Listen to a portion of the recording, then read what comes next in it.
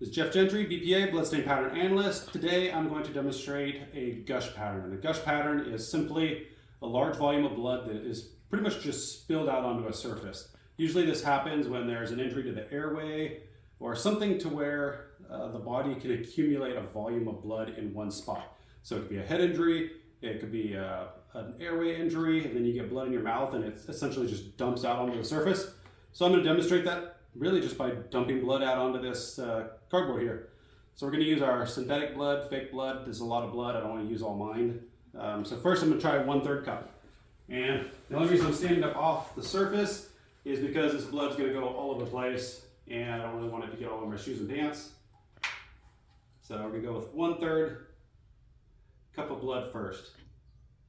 And this is quite a bit of blood. I mean, this would be about the equivalent of what would fill up into a mouth.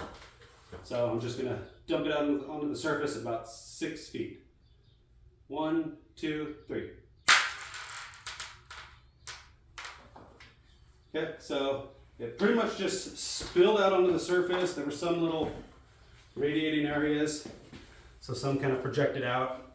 You got a few little elliptical stains here that kind of projected out from the main pattern, but exactly what it looks like. It's just blood dumped out onto a surface. So we're going to go ahead and go with a larger blood volume here in just a second.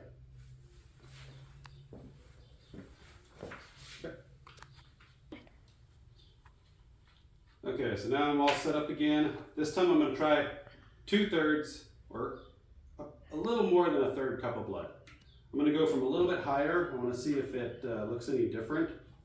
But again, this is a gush pattern, just blood spilled out onto a surface. So this would be simulating if blood was accumulated into an airway. 3, 2, 1.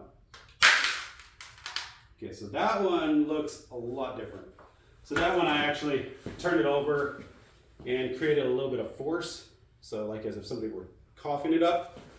So this time, if you get in a little closer with the camera, you can see that there are a radiating distribution of elliptical stains around this main gush pattern.